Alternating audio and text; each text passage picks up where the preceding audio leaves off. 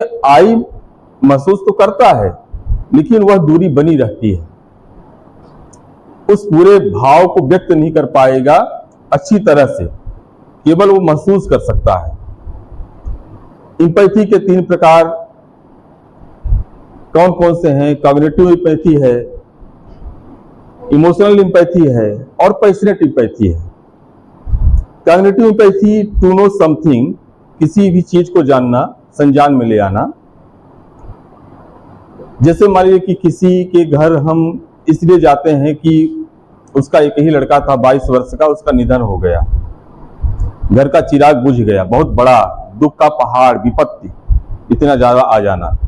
अब जब वो बताते हैं अपनी बेटे के एक्सीडेंट के बारे में, निधन के बारे में, तो हम उनके घर में आने वाले दुख, तकलीफ, कष्ट को जो महसूस कर रहे हैं, समझ रहे हैं, that is the cognitive empathy.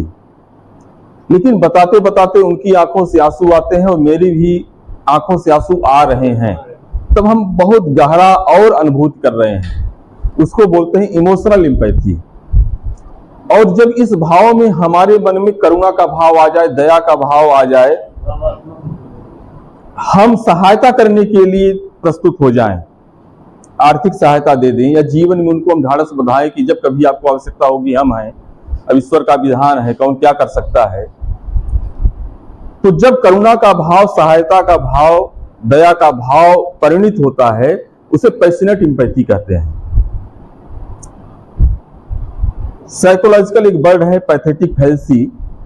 वह जब व्यक्ति महसूस करता है तो उसे सभी लोग उसी तरह के दिखाई देते हैं, चाहे दुख हो या सुख हो।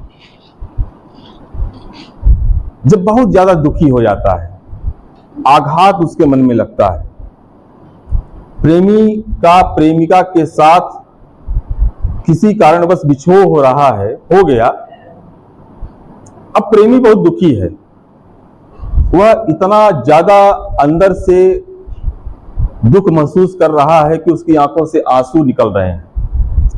और उसी समय प्रकृति में यह परिवर्तन होता है कि बादल छाते हैं और बादल से बूंदाबांदी शुरू होती है। वो अलग मैटर है, वो वातावरण का मैटर है। लेकिन उस प्रेमी को यह लगता है कि मेरे दुख के कारण बादल रो रहे हैं।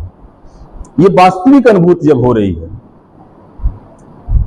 आध्यात्मिकता में जब हम बात करते हैं मंदिर में जाकर के भगवान से, तो ऐसा लगता है भगवान हमारी बातों को सुन रहे हैं। जब आपके पास बहुत ज्यादा दुख, तकलीफ, कष्ट होता है ना, अकस्मात कोई एक्सीडेंट हुआ,